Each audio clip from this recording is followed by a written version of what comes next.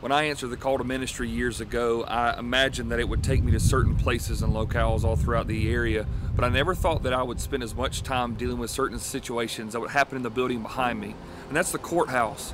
What's happening right now in our state and in our country is a crisis concerning the family, as so many children are being taken away from their homes because fathers and mothers are not doing what God has called them to do.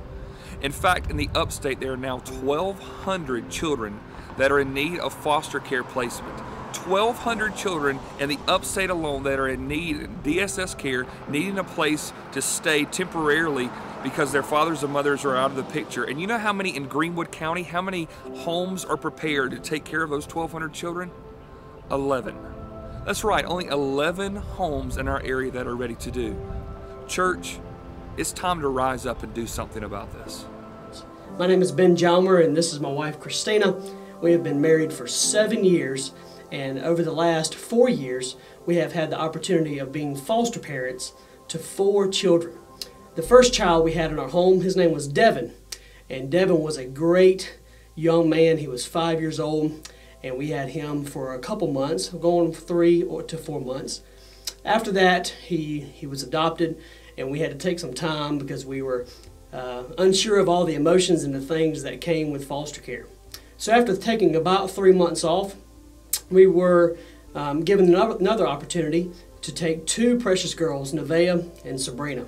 Nevaeh was 4 years old at the time, and Sabrina was 2. And that was a huge transition in our lives, and they taught us a ton in the 1.5 years that we had them in our home. Once that time had gone and they were adopted, Bennett Josiah, our son, came into our lives, and we took some time to invest in him. And over the last year, we have had a girl named is 2 years old, and they are 9 months apart. Her and Bennett are 9 months apart, and that has been just a joy and a challenge all at the same time. And so over the last couple years, we have felt God's leading to foster and to pour into the lives of children. And we decided to do foster care. This church, Northside, did a push for foster care, and I vividly remember Travis Agnew saying, "We have an empty bed and there's a child in need." And going through that, and us having a home with 4 bedrooms, and we moved to a different home, we knew that we were able to take more children because those bedrooms were empty, and we felt the calling to go and to serve in this way, and God has truly blessed us in our home with these children in our lives.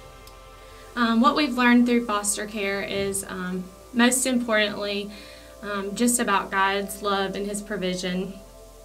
He has shown us through brokenness, and we are crushed when they leave, and He's just really shown an intimate side of Himself to us that we may not have been able to see despite that. And another thing we've learned is just that our sin affects everyone. We don't know the parents of these children, and they didn't know that it would affect our lives. So, what is the thing that is keeping you from maybe diving into foster care? We have many comments from many different people that say, "How can you do that?" Over the last 4 years, this has been the one thing that we've had to truly rely on God with. For anyone out there that is considering being foster parents, realize this: it is very hard, but at the same time, it's very rewarding to see kids who come into a home who don't know how to pray, who don't know how to talk to God, and by the time they leave their home, to know who Jesus Christ is and that Jesus loves them with all their heart.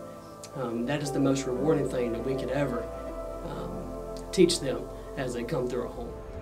Today you have the opportunity to do something. We actually are honored to have a South Carolina Youth Advocate Program that are with us here in worship today at Northside.